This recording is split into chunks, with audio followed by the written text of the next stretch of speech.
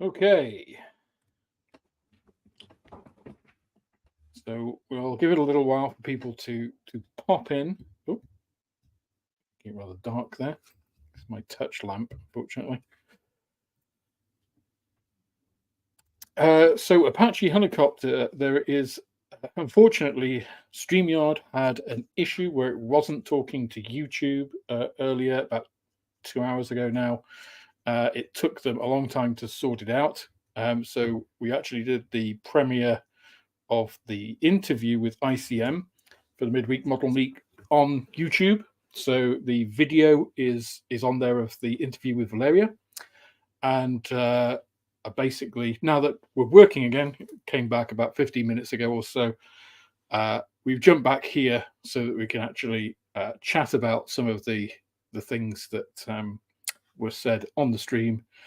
Valeriia and I chatted for a little bit afterwards as well, off camera. And yeah, I mean, I was very impressed. I've met the guys from airfix, who are all very genuine guys, very enthusiastic. And I've done the interview with Valeriia. I've met reps from different companies. And, one thing that I hope came through for you guys with Valeriia, is the passion that they have. It is a family company, which I didn't realize really until seeing. I had seen a prior interview that she linked with one of their US distributors when we were talking about the questions and things, because a lot of similar questions, obviously, and but yeah. Sorry, I just I just caught out of the corner of my eye Gary's comment there about the pink primer. It wasn't meant to be a smug reaction. I apologize if it came across that way, but I do have it in the shop. So yeah, if anybody's looking for pink Mr. Model primer, I do have it in the shop. So yeah, it is a family business. Everything is under one roof. I mean, if anybody knows about manufacturing and design and has been involved in a company making anything, it doesn't matter what you make, but if you have everything under one roof, separated by, as she said, a wall in a couple of cases, if there's a problem, you can just walk around and say, hey, look, there's a problem with this, X, Y needs to change, and they can address it immediately. And that's something that airfix, for instance, and I'm sure Revell and other companies that outsource anything, any large aspect, as you mentioned, all that's actually outsourced in ICM is the printing. So the printing of the decals, the box, and the instructions. It's all designed. The artists, everything are in-house. Everything is there. So I've worked in. I mean, these hands are soft. I haven't worked an honest day's life in my life, as my father would say. But I've been involved in the manufacturing process, some of the oversight of it and that kind of thing. The bit that doesn't involve, getting your hands hurt and stuff. But I'm a Nesh Southerner now, you see, and which for all of those of you who live outside of the UK just means soft, But yeah, it's an enormous advantage to have that, communication. And again, no language barrier, obviously, if you've got a mold manufacturer in China, unless they employ native English speakers, there will always be some sort of language barrier. And even if you have a native English speaker as your liaison, there's still a time difference barrier. So, this isn't to rag on airfix. It is just to say that the difficulties of a remote or any manufacturing process with a remote element, do introduce those kind of delays and things. If you've got to wait for something before you can do something, and that's 6 hours, in the future, so that you've got to wait for the next day, that's a day you've lost. There's a couple of things, right? And please, I'm garbling now because I was quite excited. I was excited for you guys to see it. I kind of wanted to put it out yesterday, but it's like I scheduled it for tonight, and I wish I had put it out yesterday now with StreamYard doing that. It's like I was a tiny bit furious when I came to that. But it all worked out in the end, I hope. But I mean, we're getting a 1/48 scale Handley Page Hampton, guys. I mean, result. I think that's fantastic, and for that decision to have been made from seeing, some posts on a YouTube channel and some discussion around that, and it to have been made within 24 hours with 2 meetings, that's fast. That's fast in to make a decision on any kind of project. But that's significant investment. It's CNC machining, tooling, CAD designing, and all that kind of stuff.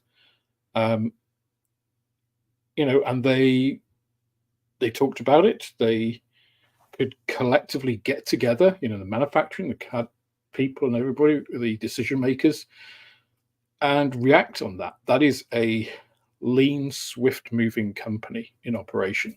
So that, to me, I think, for me, it's summed up more, as Valeriia said, kind of how ICM thinks and works, and explains a lot, really, about the kind of pace of releases we see.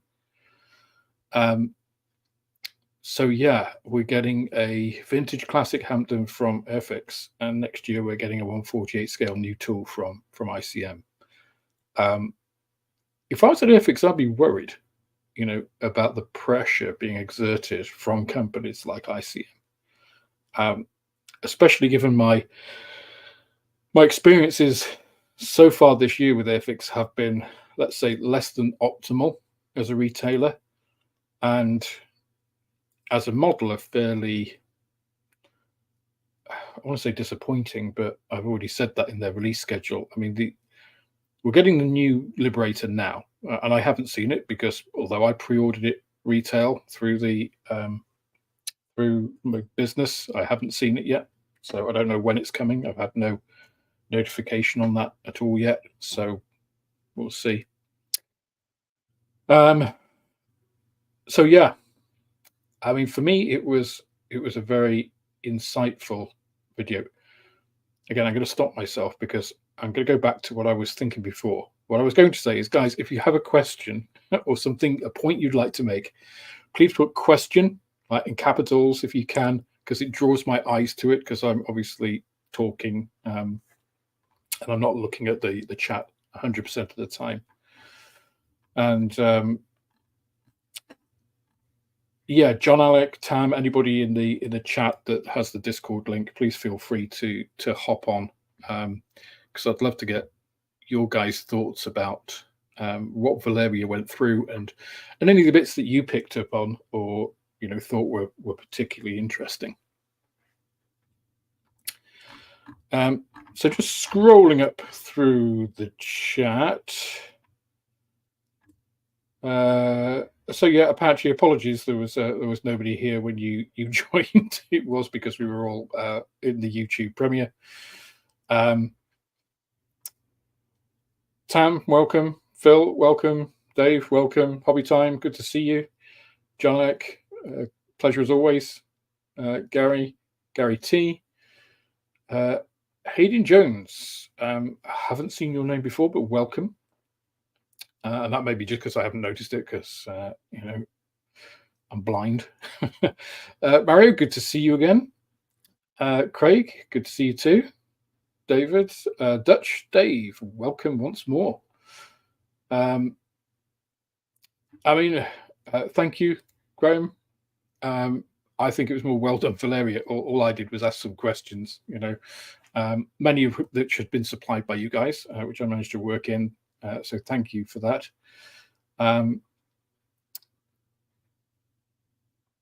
Yeah, the smug reaction to the pink primer wasn't meant to be. It wasn't meant to be smug. It was just meant to be accurate, factual, if you like.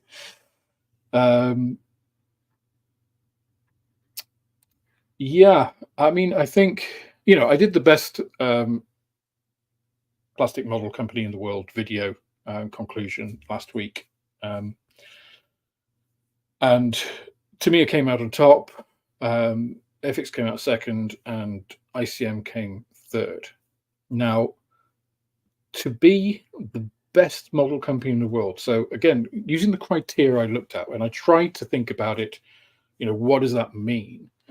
It's the breadth of range. It's the ability to be able to offer something to everyone. No company is going to be able to do everyone, but to a lot of modelers, to a broad proportion of the market, because a lot of people complained about, oh, what about Das Werk, or what about Eduard and stuff? Well, Das Werk do armor, and some of their kits are tooled by Reifield. Eduard do aircraft. 95% of their tools are aircraft.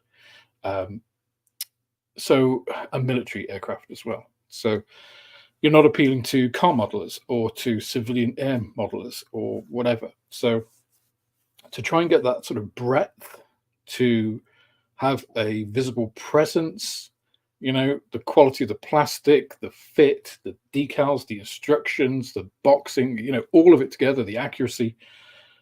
For a company that's only really been around, she said the new ICM from 2003. So it's 20 years, just over 20 years. To get number 3 in the world after 20 years, considering Tamiya and airfix have been around for 4 times that length, right? That's a pretty amazing feat. I'm actually looking at the data, going through the initial stages of looking at who the best aircraft model manufacturer and AFV model manufacturer are, because those are there's a slightly different suite of companies, right? So to give you an idea, airfix only just make the top 100 for the AFVs, right? So that's kind of the difference of the scale. Just going back to the chat, Dragon Queen, nice to see you. Quick stop by to hit the like button, thank you. I need to find me a lady who loves models as much as Valeriia. Well, I mean, she's the boss's daughter and working in the business, so not sure how many models she does, but she certainly has passion, I think, for the work and for the company. Ivan, good to see you. And just going down, just trying to get to the front, almost up there. Matt B, hello. Kirchville, good to see you. Indeed, Hampton is very good news. And I don't know whether you caught it towards the end there. One of the things that Valeriia said, what they're doing at the moment, making their plans at the moment for the future year, and obviously they've already got some. So there was a 2 pieces in there. So 3 big things, I think, out of that interview for me, apart from all the general things, but the 3 exciting future-looking things. 1, Handley Page Hampton 48 scale, amazing. Secondly, there are going to be some surprise announcements from ICM this year. They've already got one of the highest numbers of new kit releases this year out of any of the manufacturers, and they're planning some surprise releases. So they've obviously looked at the success of airfix's surprise releases and thought, we could do that as well. Why not? So that was one I thought was interesting. And then the other one was that they are looking for input from modelers about, what to tool for 2025, 2026. And if they get suggestions that come from somebody and they make that kit, then they'll get that kit to that person for making that suggestion. So that shows they're not only actively wanting input from the modeling community, but are also prepared to give back to that. So for me, again, I think that's pretty spot on. Hobby Time, welcome. Can't remember if I said that already, but hello, welcome again if I didn't. Or if I did, in fact. Go for it painting, welcome. Gremlins Modeling Mayhem, I've already said hello to. Yeah, Graham, absolutely. A company that listens. I mean, at the end there, it was a bit embarrassing for me when she said, that they'd watched my video and, I was brave for. I mean, I'm not in the Ukraine fighting on the front lines. Those guys are brave. It's just like, I just made a YouTube video, which some people will give me some shit for. I've got a thick enough skin, I can take that. But I know that's not what she meant. But, they, part of that is that they watched that video and they was just like, they recognize, okay, this is some of the points that this guy is making. And I'm just one YouTuber, there'll be others that they're watching as well. It's like, these are the weaker points of ICM. Right, okay, what can we do to strengthen that? That is a progressive and forward-looking company, rather than just saying, oh, people bitch and moan about this all the time. It's like, no, they're just like, right, okay, what do we do about that? That is a sign of success in any company, right? So yeah, a company that listens to its customers and reacts to them is destined for success compared to a company. Just look at Disney. Disney has not been listening to its customers. It's been making things that people don't want to see, which have flopped. And then we look at a film that people do want to watch, like Maverick, Top Gun. They're not making that, so listen to your customers. If you make, it's very simple, and entertainment and modeling is a form of entertainment. You do things that people like you, and they buy them. It's a very simple equation. You don't tell them they're fucking idiots and that they don't know what they want, because they will go somewhere else and buy what they do want. So yeah, again, incredibly positive sign, I think. I think I'll probably get it as a review sample anyway, but yeah.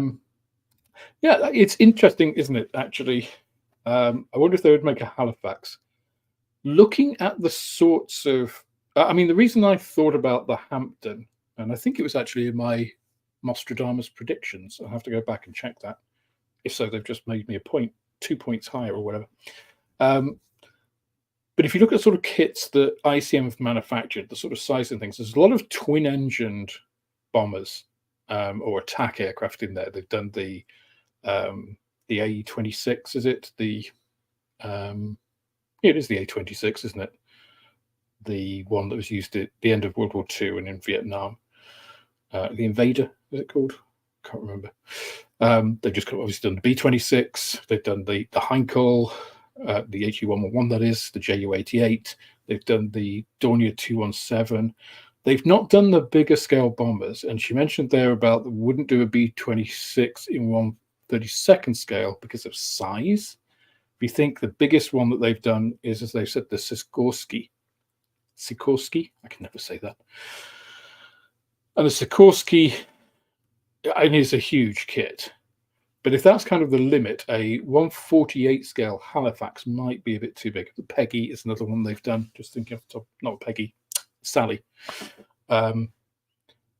So I would say if you're going to make the suggestions, bear that in mind, because maybe in 72nd scale they would, but Italieri did a Halifax, or was it Sterling? No, they did a Sterling, didn't they? Not too long ago. So maybe a 72nd scale. I'm not sure 48 scale would be their kind. You kind of get a feel, don't you, for a particular manufacturer's style, if you like.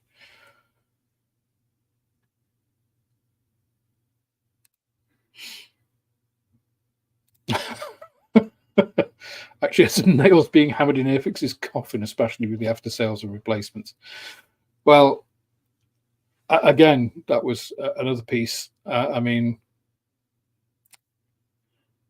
Saying that it doesn't matter why you need a replacement, if you've broken it or something, relying on the honesty of the modeler. You don't get that in a lot of companies in 2024 anywhere. Now, I'm not just talking in the modeling space.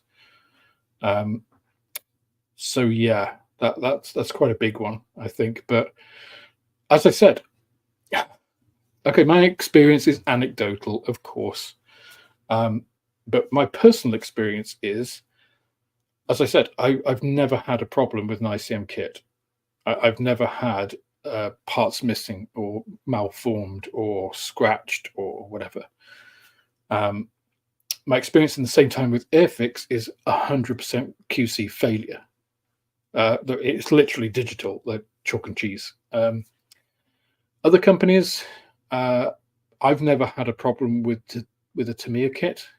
Apart from a commission I'm doing at the moment, which some of you will have seen, the Lotus 49, the 1/12 scale kit, which had a short shot, but it is a 1970s kit that has been sat around in someone's basement or loft or something for 50 years. So I can't really judge them on that.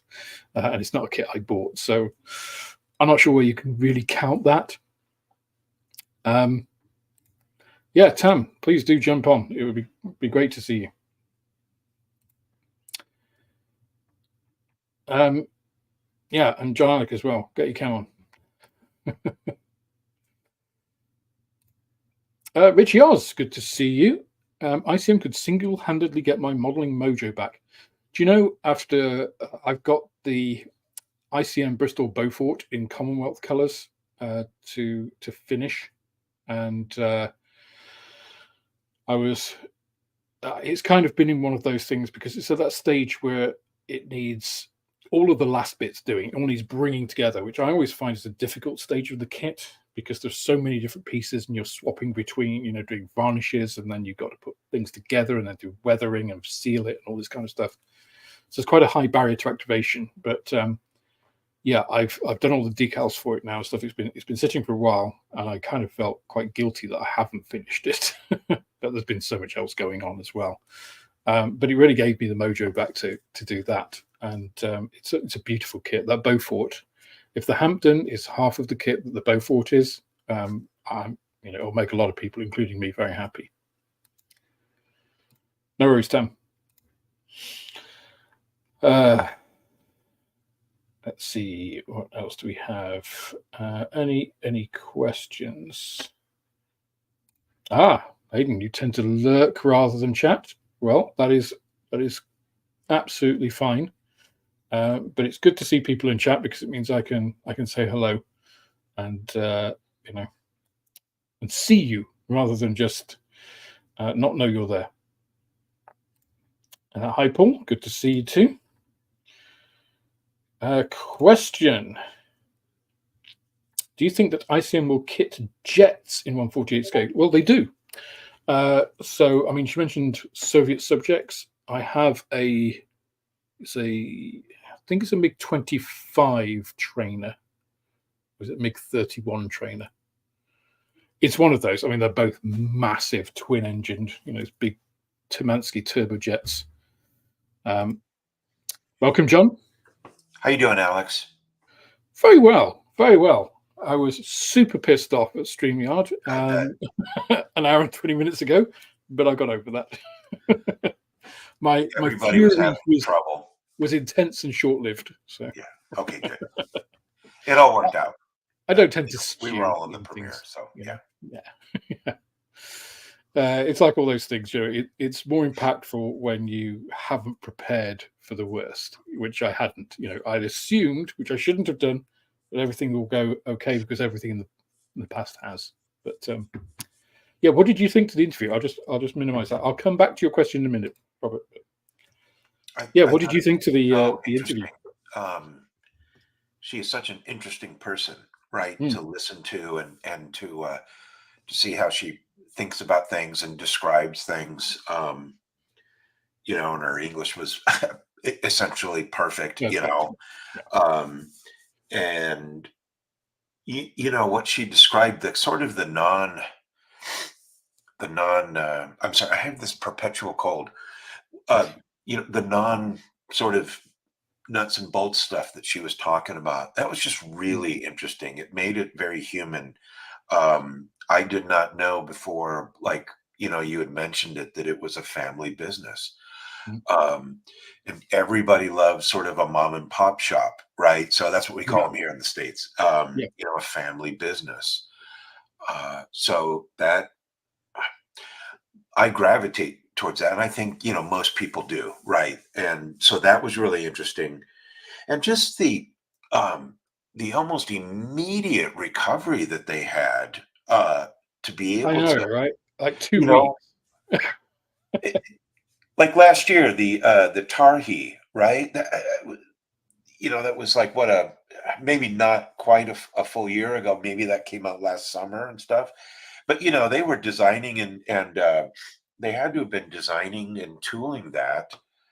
Maybe within a year before. Anyway, so that's what really struck me was just sort of how strong they're doing and the quality of the new kits that are coming out. It's not like they're just sort of keeping the lights on, right? And just kind of Yeah. getting stuff out. They're putting out, really high caliber stuff. And what you said, to come in third, um, it's quite a feat, and that was a very thorough scientific, analysis that you had there. So, uh, so Amy. that was my take on it. It was just, it might not have been from just for me, maybe because I was focusing on other things, but not so much the informative stuff. But it was just really interesting. It was she did a fantastic job.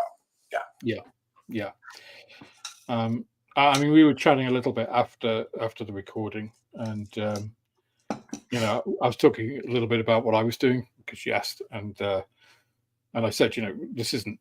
I've only been doing the channel for a couple of years, and she's like, "Oh, really?" It's like, "What do you do?" And it's like kind of explaining. She's, "Well, how did you get into do modeling then?" I said, "Well, exactly like you said in the piece about the kind of old Soviet Warsaw Pact countries. I used to do models with my dad, and I got back into it, in later life after having children, after going through all of that. And it was just like, oh, I used to enjoy this and I'll go back to it. So it was, yeah, it was a very, like you say, an interesting and a very human kind of interview, if you like. I didn't get a lot of, you know, corporate stuff. Right. But I mean, she's still quite a very strong kind of character. It's just like with the Ravel question and like it's like, thanks for asking the question, but I can't discuss it. So move on. It's just like, okay, you know exactly where you stand. It's like I appreciate that. So okay, hopefully Tam can join us as well because I'd love to get his That'd be great to see angle on him as again. well. So just going back to In chat. Good to see you guys and gals. absolutely. So just going back to this question of Roberts, and whether they will kit jets. So they do already kit some jets. So as I say, they've done.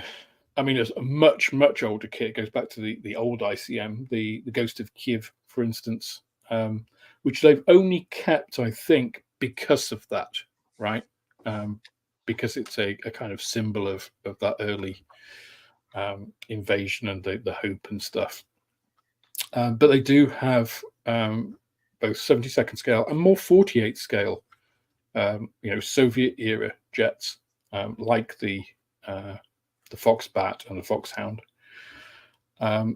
So I don't see why they wouldn't kit jets in, more jets in 148th. I guess it comes to the same question as for any other company. What's the popularity going to be? What's the return on investment going to be? What's that market out there? The F-86 is quite well covered. We've got the airfix one isn't that old. They do the Canadair Sabre and it is the F-86 Sabre, isn't it? Yeah. F-100, I think that might be more their kind of thing. It's a little bit more unusual, possibly a little bit less covered. I must admit the Century series kind of era jets I am not as familiar with because they kind of don't do it for me as much. as perhaps some others. So I don't really know how well that's covered. I go to Scalemates and have a look if I was, which I'm sure they do as well. Sure. But I don't see why not. So suggest it, because if they do one, you'll get one. Question: would they be willing to do a 1/72 or 1/48 scale Halifax? I think we just had that from someone else, but I think again, similar kind of thing. I think a 72nd scale one would be in scope. I think a 48 scale 4-engine heavy bomber might slip into that a little bit too big scale, but I don't know. Again, they've done a lot of twin-engined aircraft, and I'm also thinking about like going forward into their 2025 releases. They've announced the Henschel HS 120 is the 129. Sorry, the that's going to be cool. Yeah, I love that aircraft, and it's really, I think, the only 48 scale. The last one is the AMT Ertl one. I remember doing that one. That was a horrible kit. It wasn't a cool craft. Yeah. Yeah. It wasn't a horrible kit. It was just very much an AMT kit, Say no more. It is what it is. Yeah, you accept it for what it is, But yeah, again, I think I think if people make the suggestions to them, if they repeatedly get the same things coming out, that shows there is a market for something, right? So I think it's a very foolish company that wouldn't ask the market, saying, "Hey guys, what do you want?" Now it's not a guarantee, but it's an indicator, right? And it's a lot cheaper than doing market focus groups or any of that kind of stuff. So,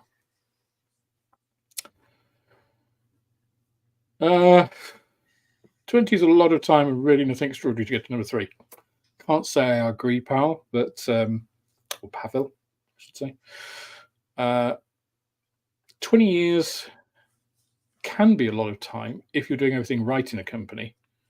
It can be a lot of change, but also look at airfix in 20 years. They've changed a lot, but they've come from being bankrupt to being bought twice. So,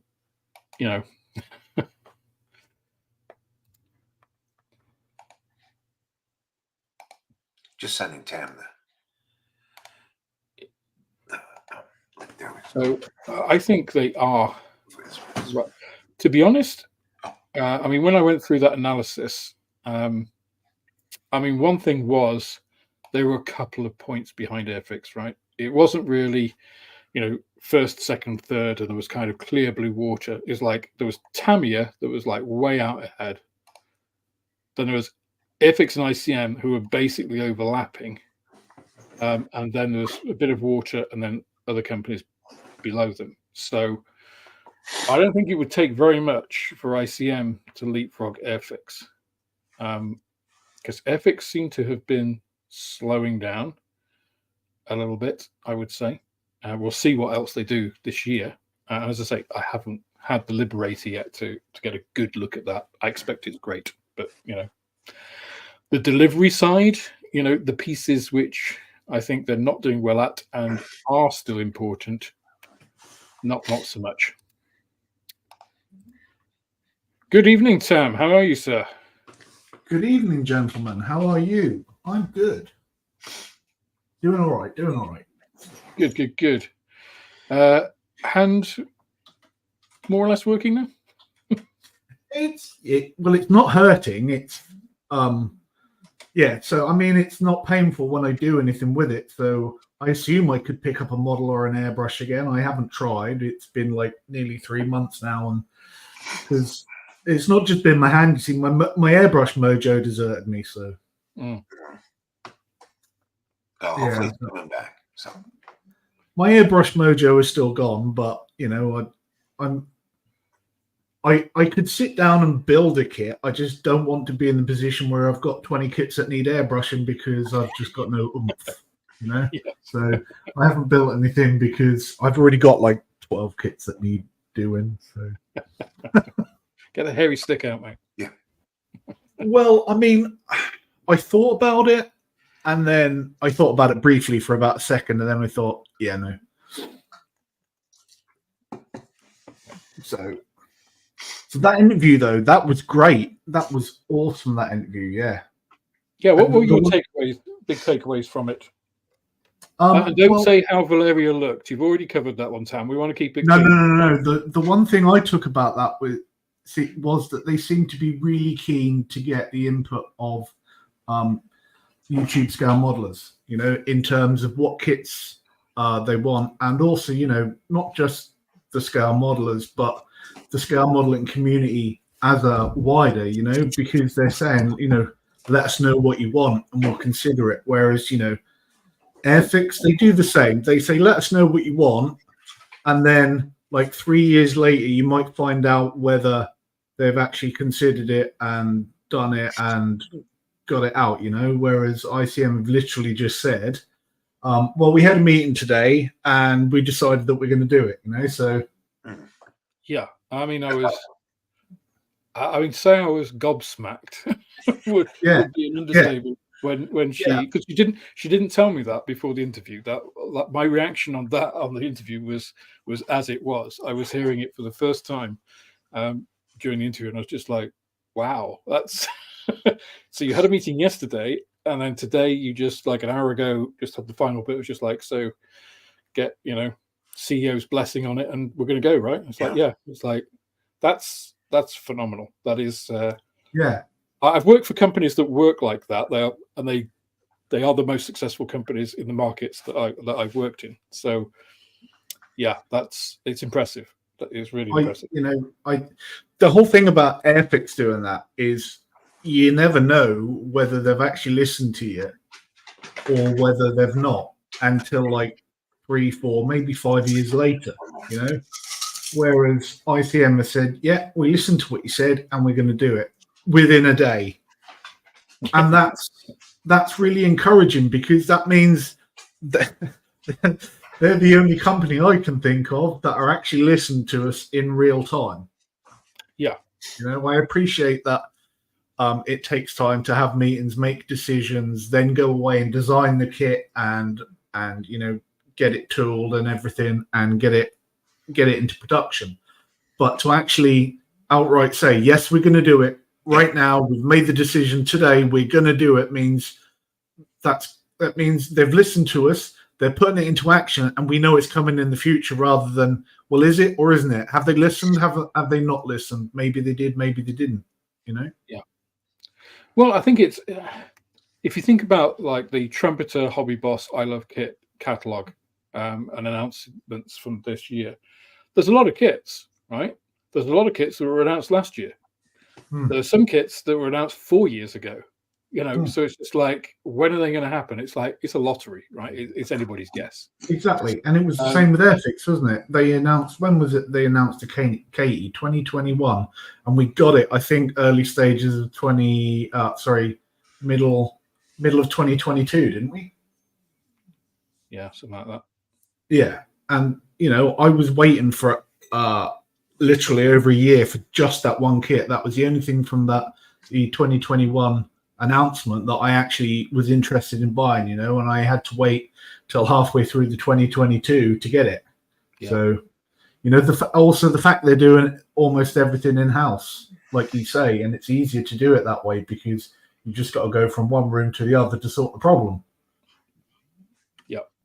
It's actually, so I've mentioned I work for a company called Danaher in the past, or some Danaher operating companies, and it's the kind of principles that they have. You know, it is, and it's the Toyota way, right? If you know anything about Japanese manufacturing, the Toyota way, which is all about business improvement, it's all about communication, it's all about making sure that all the people that need to make the decisions are present in a meeting. So you don't have meetings just to scratch each other's ego or to make the time or anything. If you're going to have a meeting, it's like, right, is everybody here that needs to be here? Because we don't want to have a meeting and then have to have another meeting so that somebody else approves it, and then another meeting so the production can tell you that they can do it, and then the, you know, shipping can say that they can fit it in. You get everybody in one room all together, you have the meeting, you thrash it all out there, because any issues are brought up in that meeting, and then you make the decision. So that is, I mean, that's essentially the whole point of a Kaizen, for instance. And they've got that advantage, and having everybody in one building means that they can just do that. They can just right, we're going to have this meeting. Everybody's got to be involved: production, design, manufacturing, all of the guys. And then it's just like, okay, we've got that. We've got the plan. Let's get it signed off by the CEO. Yeah, we're good to go. Done. And that's a big advantage, I think. Huge advantage. Yeah, I can definitely see the how it's working for them as well, and I would be interested in giving them like some feedback and stuff, because I think their channel's working really well for them as well. I'm guessing the young lad who does the videos is Valeria's younger brother, as she mentioned earlier. I'm not sure, because her husband is head of marketing, so okay. Could be one or the other. So, but I mean, if it's very much a family business, as John said, and that's a very attractive thing. What was it you called it? The moms and pops shop? Mom and pop. We call them mom. Yeah, and the pop. mom and pop shop. That's I would certainly rather give my money to a Ukrainian family business than some big American corporation or Japanese corporation business. Right. I love Tamiya kits, but I would rather give ICM my money, knowing that they've got quality kits and that they're a family in Ukraine doing that, than I would a faceless corporation who we know nothing about. We've seen the people at ICM, we've seen the people at Airfix working, so we can identify with those businesses. And I think that's why Airfix and ICM now have the edge over pretty much everybody else, in my mind. Yeah, I mean, just here's a good one from I Love Great Tits, the bird, obviously, as represented in the photo. Do you plan to interrogate Revell? You see, I don't think Revell. I'd love to. I'd love to get somebody from Revell. It would be Revell Corporate, I guess. I'm guessing it would all have to be run through. Oh God, what's the company that owns them? I don't know, but there's an asset management company that owns them. That would have to be signed off by them if it was allowed. And I bet they'd want the questions in advance. I provided the questions in advance to Valeriia as well, so that she could not be, sort of like trapped by something. But I bet there would be like, okay, these are the corporate answers you have to give, and you can't stray from, And so I'm not sure what value it would give. And I mean, I would still do it, absolutely. If I could interview Revell, I would. And I wouldn't give them an easy time of it. I mean, I think they're quite faceless, though, aren't they, Revell? But yeah, who would you ask? Exactly. I wouldn't know where to start. Yeah, exactly. I mean, and at the end of the day, behind it, the people that are making the money is the asset management, the investment company. And it's just like you said, Tam. Would you rather give your money to a family business of any sort, wherever it is, regardless of your political affiliations or what you think about the Ukrainian-Russian war, or an investment company? It's like, unless I actually have shares in the investment company, the family business every time. It's the same. Or I would rather come into your shop and buy a model, knowing I can stand there and get a brew and we can have a natter for half an hour, than go into Wonderland Models. As much as I love Wonderland Models, and I do love Wonderland Models because it's like heaven, right? Just walking in there, you can smell the boxes, you can see it's like being a kid again. But it's faceless. It's faceless.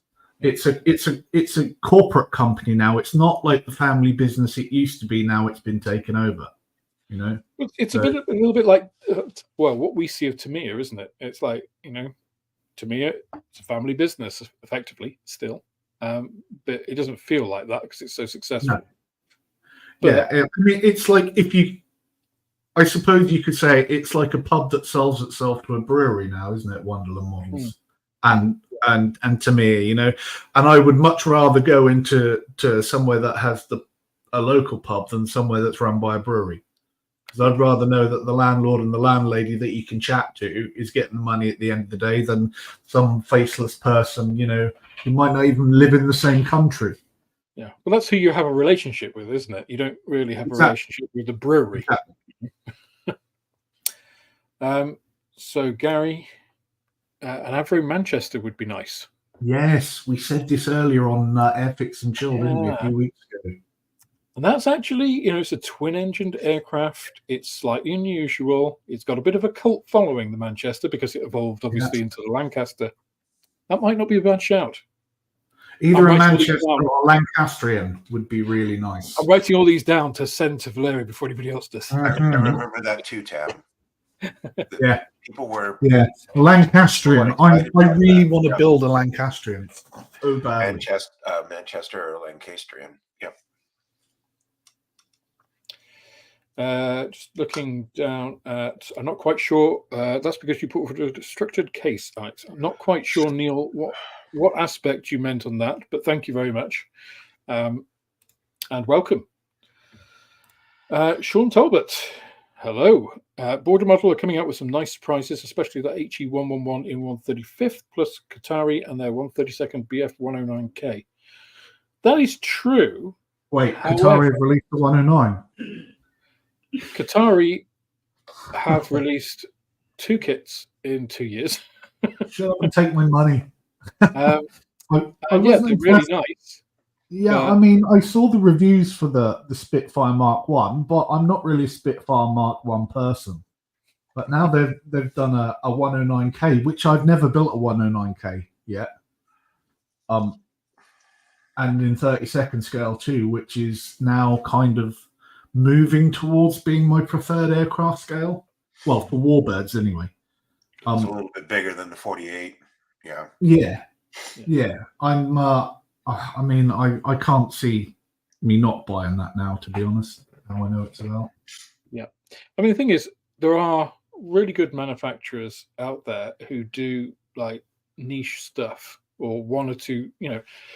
I'll use the example of Eduard again. You know, Eduard are a great aircraft manufacturer. If they do what you're looking, they're quite narrowly focused. If you look at actually what they do, if you want a MiG-21 in any variant you can think of, they've probably got you covered, right? Yeah.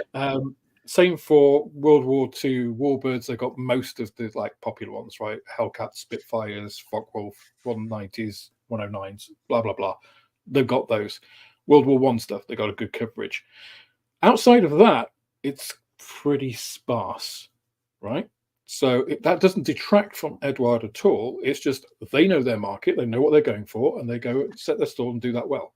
You know, there's nothing wrong with that. What I think ICM has, and again, this goes into the video review I did, the breadth of what they're doing, because, you know, we've talked a lot about aircraft here. They do vehicles, and not just military vehicles. They've got all those cars. I don't know if you've seen the cars they do. Like they do 1920s and 1930s cars in various scales, 135th, 124th scale. They do like submarines. They do boats.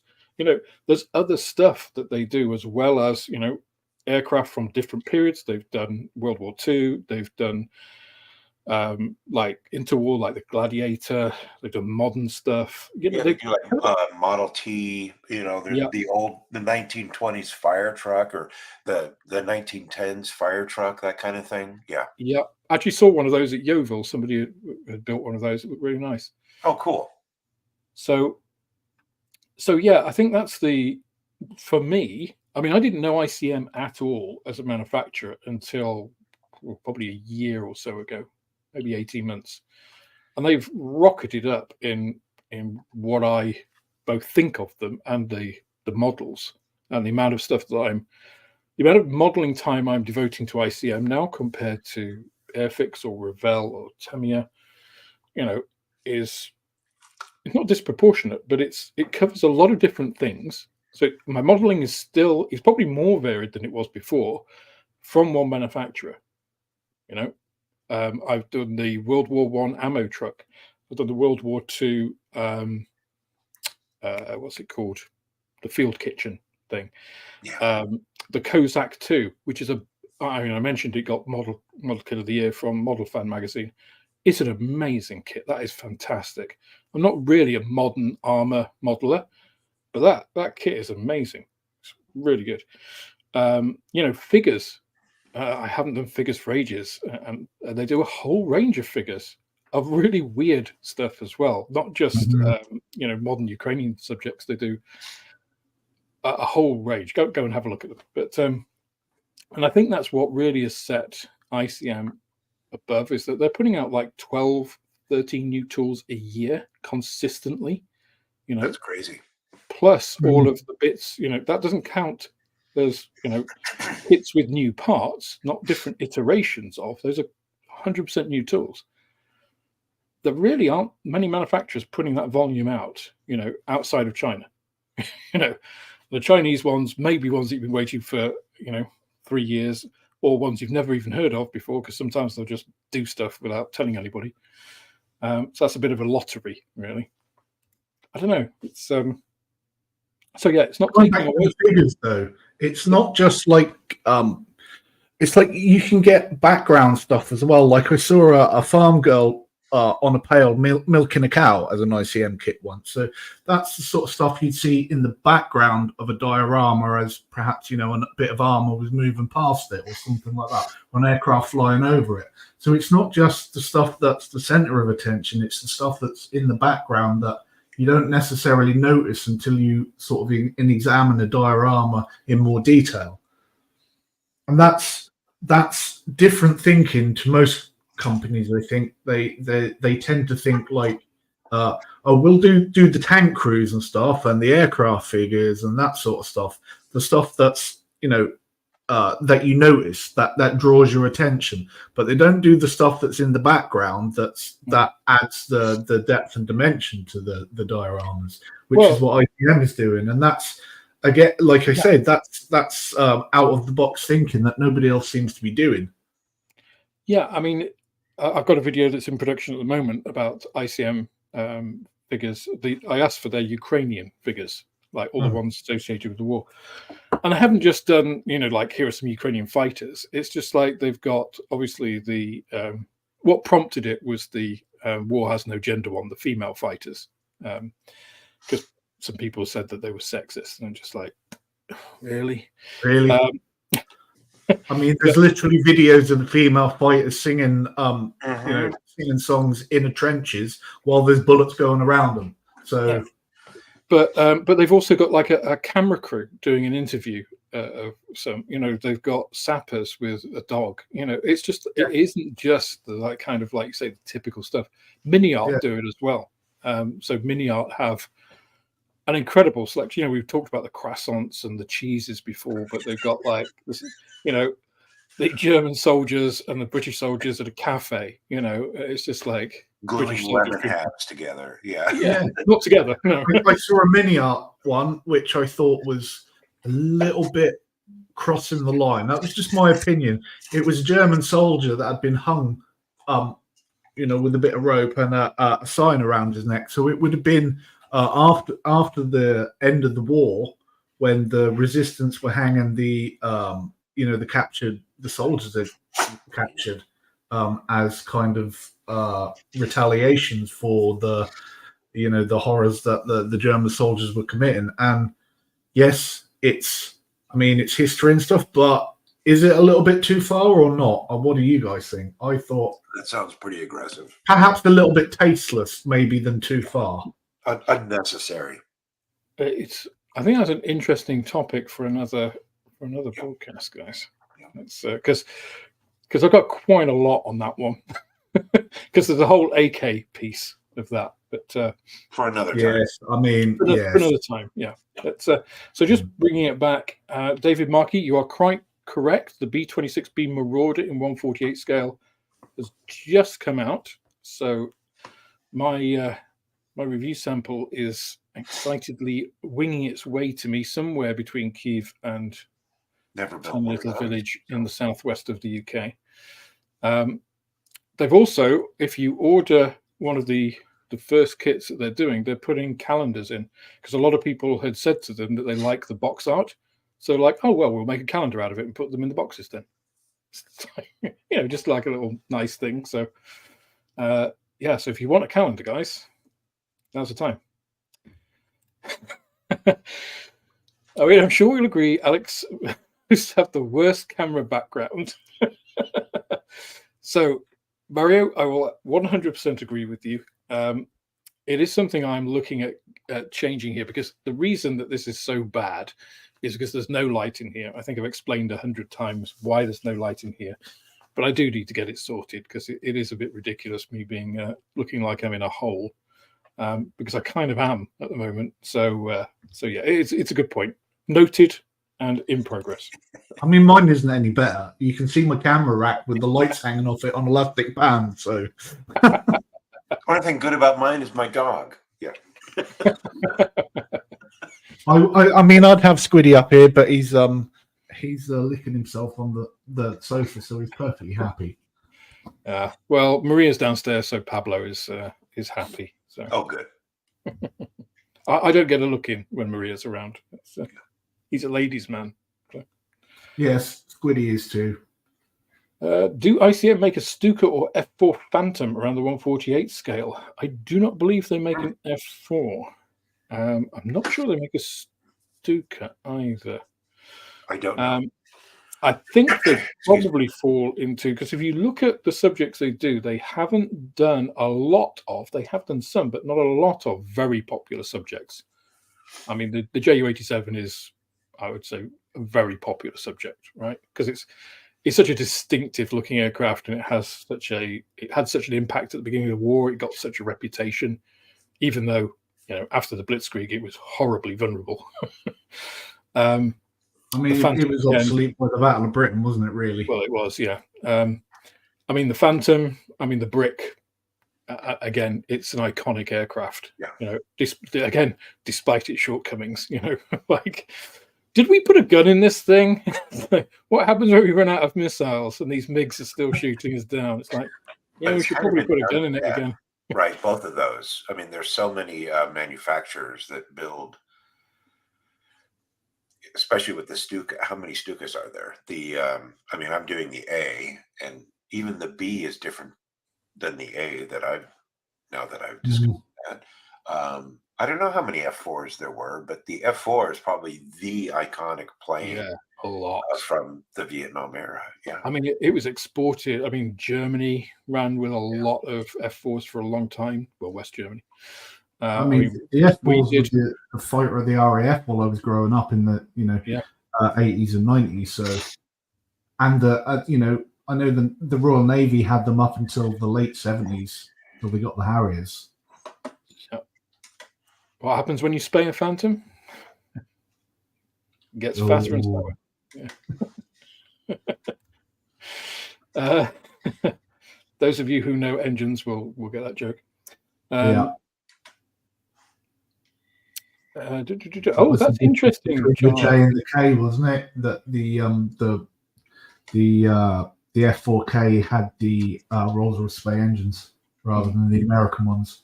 And despite the fact that the Speys were more powerful engines, they were also larger and heavier. So the fuselage had to be made a little bit wider at the back. If you actually look at a Speyed Phantom, it will be slightly different shape.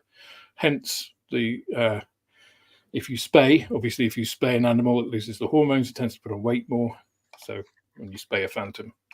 So, Jan-Alec, you had a positive experience with Trumpeter. I did. Replacement. I did. I'll tell you about it. So it stems from me being an absolute bonehead. So I'm sure that's not true. I did the Stuka review, and so I opened the box and all that stuff. And so in the box they packaged the clear parts in their own little box, and I set it aside. Yeah, and so there was this one day where my sort of office / studio here just got so cluttered, And I remember it now. It's like a bad dream. I remember it now. I saw that little white box, and I'm like, Alec, you don't need this. You're not going to use this for anything. You're not sending anybody any cigars or anything, whatever. I remember it was over there, and I tossed it. So it got to the point in my Stuka build, which I'm actually pretty far along on, and I went to go get. I needed a clear part, and I tore this place apart looking for it. No. And it wasn't until later. It wasn't until later that my brain was like, the awful moment of realization. oh my God. I took that and put it in the recycle bin, and it's gone. So I'm like, oh no. I said something else, but so anyways, I emailed Trump and I said, I have lost the clear parts for this. I need JA and something else. They responded immediately. It's called Hobby DNA. So they responded immediately. Here's our website. This is how you search. Tell us what you want, whatever. And I did. It took maybe 10 minutes for me to enter it was 24020. And you pick and choose which sprues you want, and they send them to you. You get emails, you get updates, you get tracking information. Wow. So from the day I recognized that I threw it away, this. Yes, it cost me for sure, but it doesn't matter. So it was about between the parts. So the sprues were each about $10, $10 or $11, and then it was another 10 or 11 to ship. So it was about $30. So it was a $30 mistake. And they're here. They're on the plane. I got them. They arrived in perfect condition. They actually arrived in a really big box. They were really well wrapped, and it was exactly what I ordered. Hobby DNA. Yeah. So excellent. Yeah. So how long did it take for them to ship? I got it so they shipped it actually pretty quick, and it took maybe a week and a half to get into my hands. So 2 weeks from China. Wow. Yeah. Because that's one of the things I always wonder about with trumpeter kits is that if there is anything, or trumpeter, hobby boss, I love kit, any Chinese manufacturer, if it's not right, is it going to be easy to get these parts? Fortunately, I've never had any of those manufacturers have a problem with any of the, which kind of goes to my discussion, and I think I've had this with you, John, before, and mentioned in my video about QC is something, it's a fallback position. It's something that you shouldn't need, because a company should get it right first time, and there should be a mechanism for if we as modelers, want additional pieces or, screw up for whatever reason. But from a company side of things, it shouldn't be a requirement, like it is with airfix. Yeah. Sorry. I mean, I've not had the greatest of dealings with airfix in regards to getting parts that I need. I had to when I bought the Harrier and it didn't have the front, the cockpit in, they wouldn't send me a spare part out. They wouldn't even let me buy a part. What I had to do was I had to buy an entirely another kit just for that front part. Yeah, that's kind of sucks. Yeah. Yes, but it wasn't an airfix kit. It was a cheap Mr. Hobby kit. But I got the part, and now I have like 3/4, 9/10 of a Harrier kit that I don't need or want. But crash diorama. Well, on the other hand, you see, I've got some 172nd weapons, fuel tanks, bombs, and a few other bits and pieces that I didn't have before. So that's at least on the plus point. And I got me the front part of the canopy, and that fits, and it's grand, and everything's okay. So I don't know. It's kind of, but Airfix should have at least said to me, look, fair enough, you bought it off eBay, so we can't give you a replacement, but you can buy one if you need to. They didn't give me that option. You know, even when I suggested that option, they were like, no. So, yeah, I've heard some other interesting stories about how airfix customer care replace parts, but that's an after stream discussion. I've had problems with them before as well, but I've also had good experiences with them, so I can't say it's, you know, all bad, because it's not. No. But the majority of it has not been great. So. Yeah, Pavel. Yeah. I mean, it's all anecdotal, right? And everything you see on YouTube and stuff, because nobody's doing an actual survey. But if you've got enough anecdotal evidence, it builds a picture, right? And I think if you've got that picture, it's like it has to have a root cause, right? A reason, a rationale. It's like if you're doing random sampling, actually, you could analyze it statistically. There's statistical models to be able to do population analysis from discrete samples. So you could actually do a statistical analysis of it. It's not something I'm going to do, but even though part of my brain is there, go on, do it. You know, I'm not going to do that. Not going to lie, I'm sat here thinking, go on, do it. Like, but angel and devil. Yeah. Yeah, it's just like there's lazy me and maths me. It's like, oh, there's an idea for some plushies for the channel. Yeah. So I think this is very true, Martin. I don't think, unless you're Moss, that's not true, of course. But no, I don't think any of us are fixed on one company. No. But I think we all have preferences, and I think even if you are, so I'm like, John will appreciate this. I'm like a protease. So there's a protease called pronase, which is a very low substrate specific enzyme which chops up proteins. Okay, it's a digestive enzyme. It's used a lot in biochemistry, but it attacks anything, right? It will just chew stuff up. It's very non-specific. It's great for like digesting stuff. It's not good if you want to chop things into sort of manageable portions to analyze. Okay, so I'm a bit like that. I have a very wide substrate specificity, and yet, as I said, I've kind of naturally gravitated to ICM at the moment because they're supplying a lot of my needs.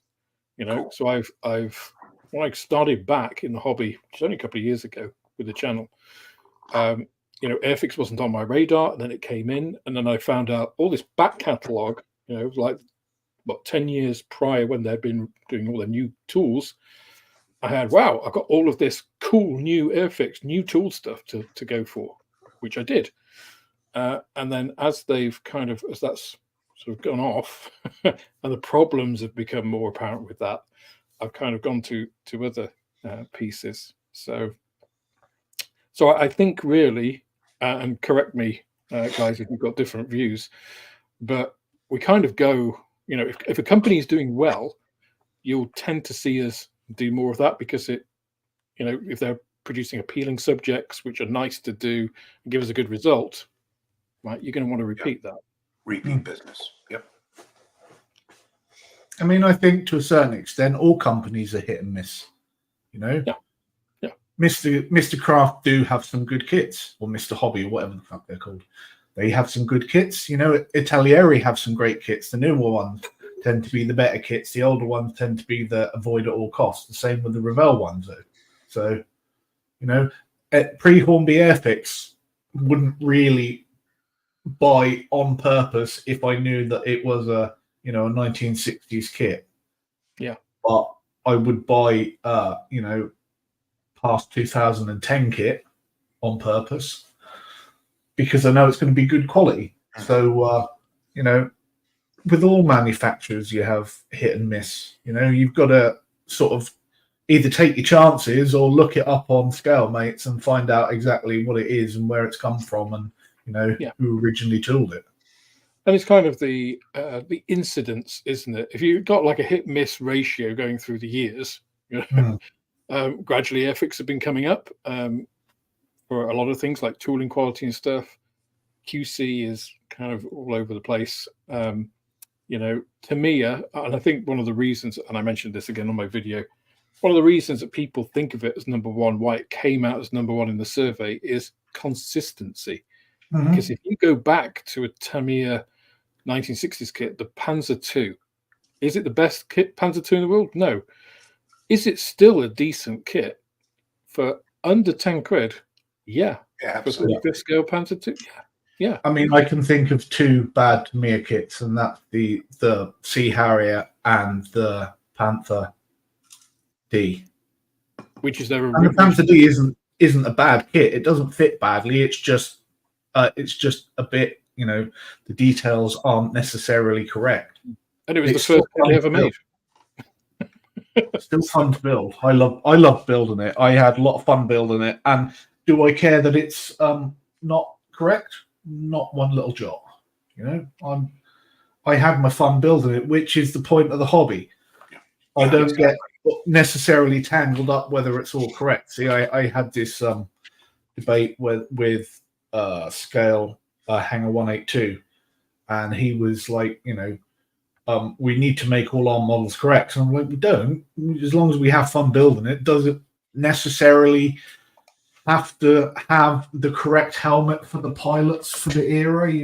It doesn't matter, because a layperson isn't going to know any different. I'm not going to know any different, and I'm in the hobby, so.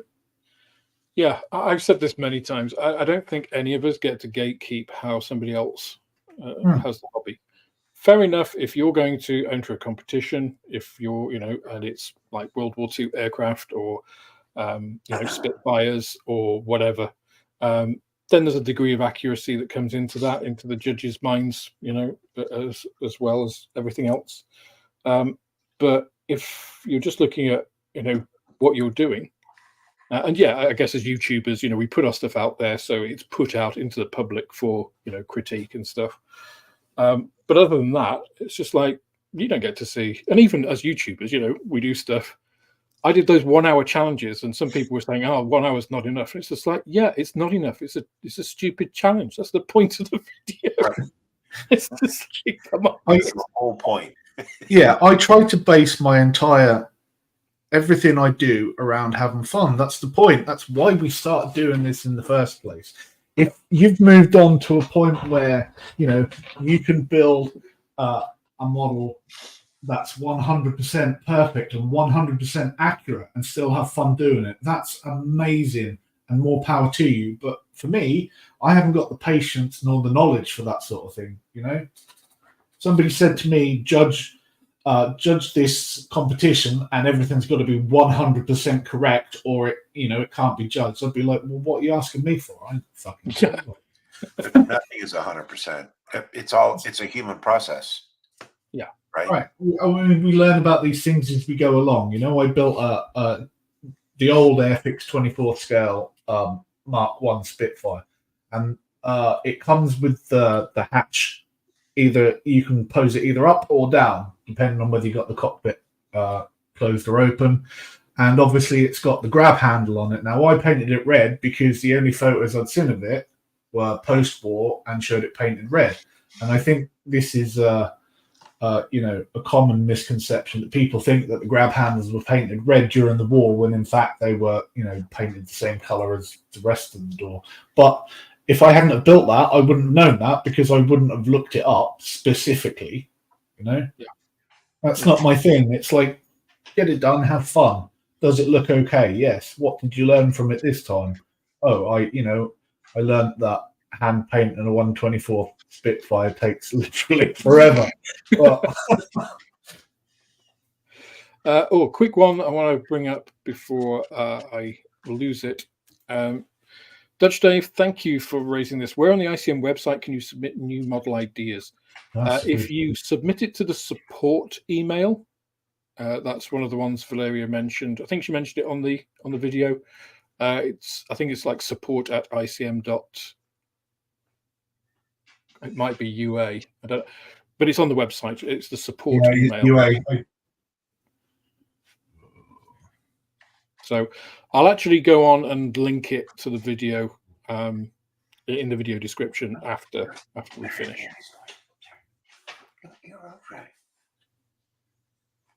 Okay, I am way behind in the chat, so apologies everybody, because I appreciate the time is. You can start from the bottom up, man. Okay.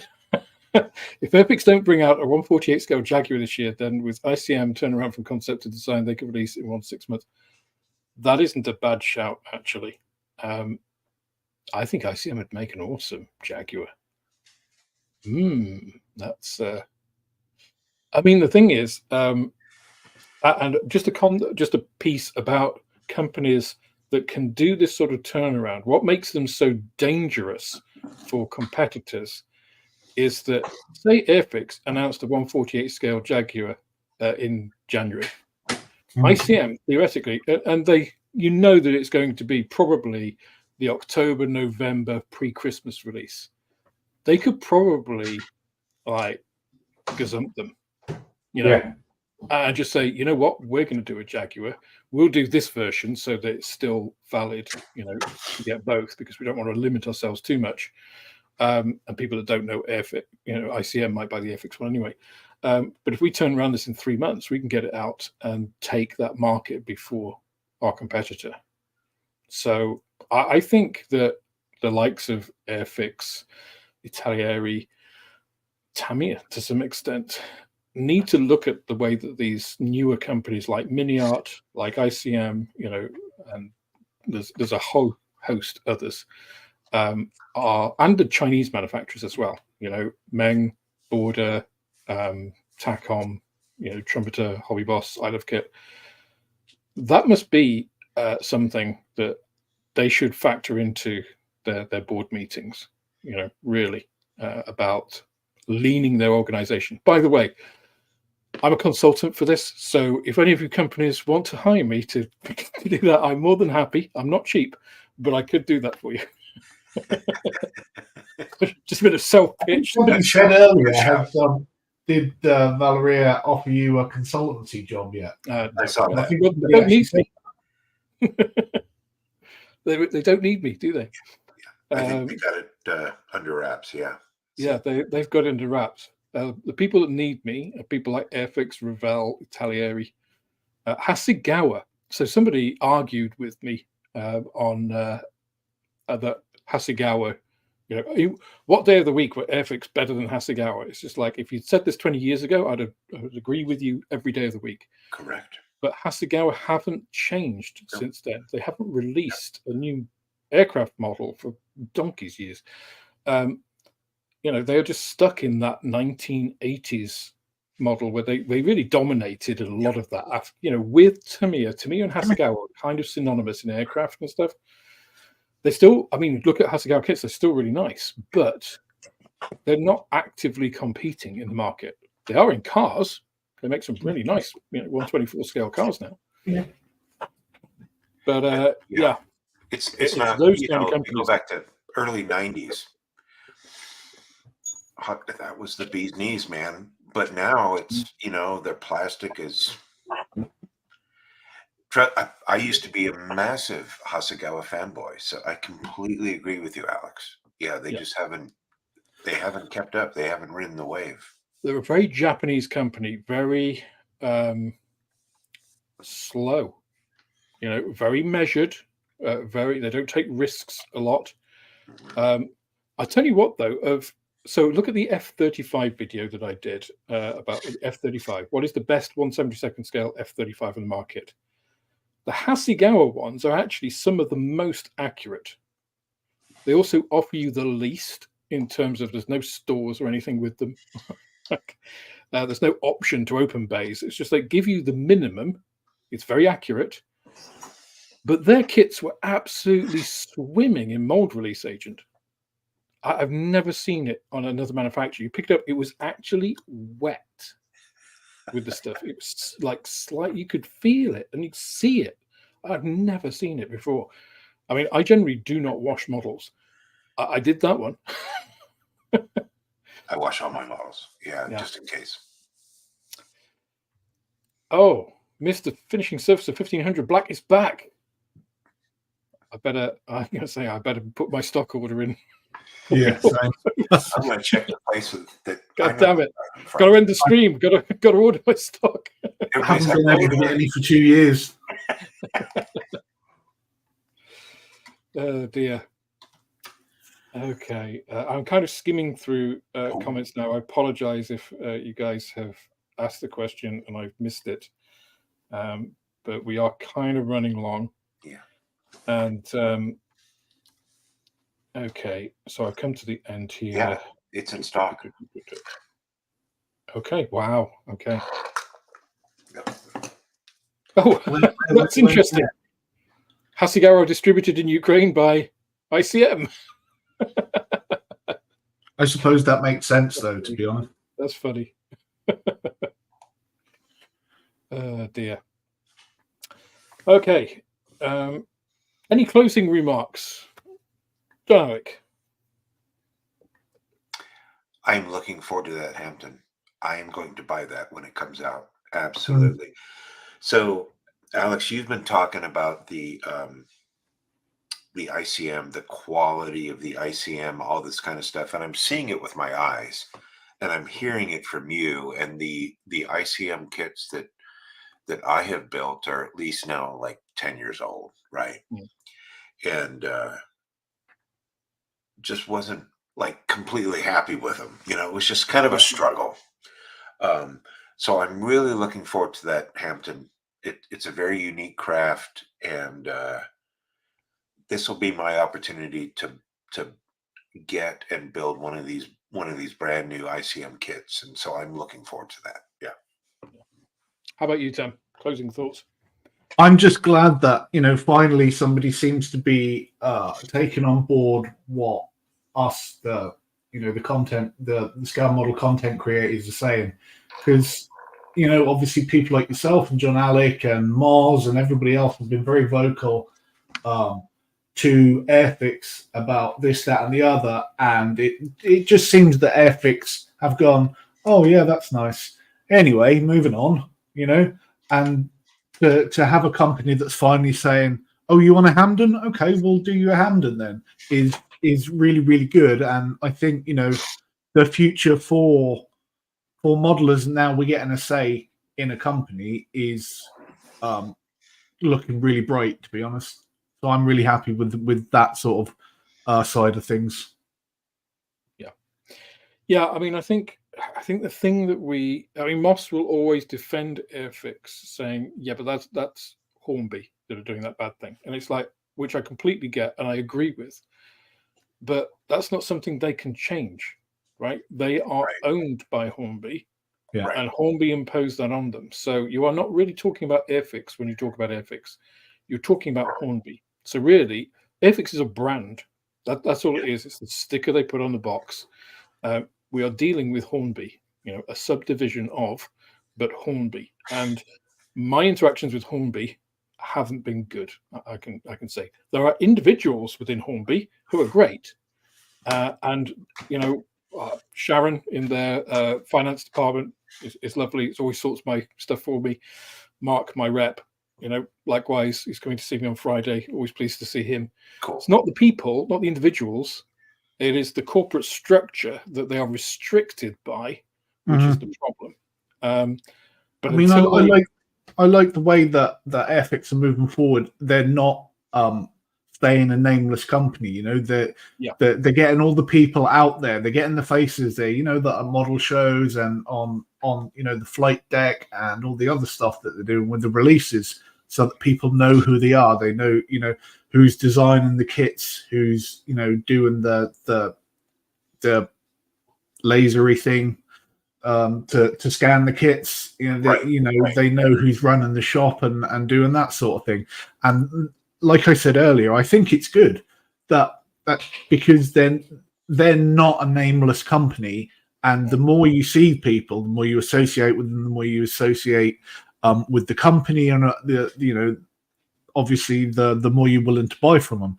And that is what turned me around from being an airfix, I won't say a hater, but I was always like, oh, I don't build airfix, I'm not 10, ha ha ha. I never really took them seriously until I started seeing this new side where they were presenting themselves as a company and as people, and getting to know people. And I think it's that strategy that endears companies to people, and we see that ICM are now doing it as well. But like we said earlier, people like Revell, they're nameless. Tamiya, nameless. You couldn't say, who's the brand director of Revell or Tamiya or anyone else, could you? Because they're not following that sort of way of doing things. Words. No, I think Revell, to their credit, Revell are easy to do business with as a company. I think they value their interactions with their distributors, but I'm not sure that extends to their customers, which is a bizarre. It is very strange. Kind of way. It is very strange. That's the feeling I get, So yeah, I mean, and it's fine if you're a retailer that knows the industry and can be very selective about what you choose from that. But of course, most retailers, I'm not talking about model shops. I'm talking about like toy shops and stuff that will stock Revell. They'll just take any. They'll take the cheap stuff, which is going to be probably the older stuff, the stuff that Revell won't shot off, so just deals on things. Which is why then they get this name of like, well, I opened this, when little Tommy bought this from the toy shop, and it's crap. Yeah. So yeah, and there's nobody to go back to because the toy shop don't know about it really. They deal with the rep, from Revell, and so yeah, I think it's a really valid point that this, you don't really have an interaction with Revell. Tamiya rely on making quality product, which is very Japanese. It's just like we provide an excellent product and that's enough. And it's like it always used to be, probably just about still is, but the world is changing quite rapidly. And I think you don't change at your peril. And I think Hasegawa are a good testament to what happens if you don't. But, that's a I very. see Sully's in as well. Hello, mate. Nice to see you. How you doing, Sully? Sean mentioned that he thinks there's going to be a new 105 Thunder Chief. That would be friggin' awesome. A Thud. I've never built a Thud, but I've always wanted to. Yeah, me too. I built the old, is it the Monogram 105? Which is, it's a weird plane as well, because it's sort of like bulges in and that is a strange shape. Weird thing, and then it looks like a tube that's been crimped at one end, doesn't it? Yeah, well, and it's sort of it's like more like a Coke bottle because it sort of goes in and then comes out again, and then it's got the exhaust where the bottom part of it like drops when it's on the ground because there's no hydraulic pressure. It's weird thing, but 48 scale it would be awesome because that Monogram kit's not bad, but it's all raised rivets, raised panel lines, very much of its time. Although, to be honest, the Thud was probably made with pot rivets, and it was quite an industrial thing, wasn't it? Oh, Sully, you've just joined us as we're leaving. Good to see you, mate. So, guys, thank you very much for joining us. Apologies for on StreamYard's behalf or YouTube or whoever it was, but we got there in the end. Glad you got to see the premiere, those of you that watched it with us. And thank you for all of your discussion and comments and questions tonight in the stream thereafter. Please do go ahead, add your comments to the video if we didn't get a chance to come to your questions, and we'll get back to those when the video's up. So other than that, thank you, John Alec, for joining me. Thank you, Tam. Great to have you on. More than welcome in the future. And the rest of you, have a great week. And we'll see you on the next one. See you all soon. Bye. Bye.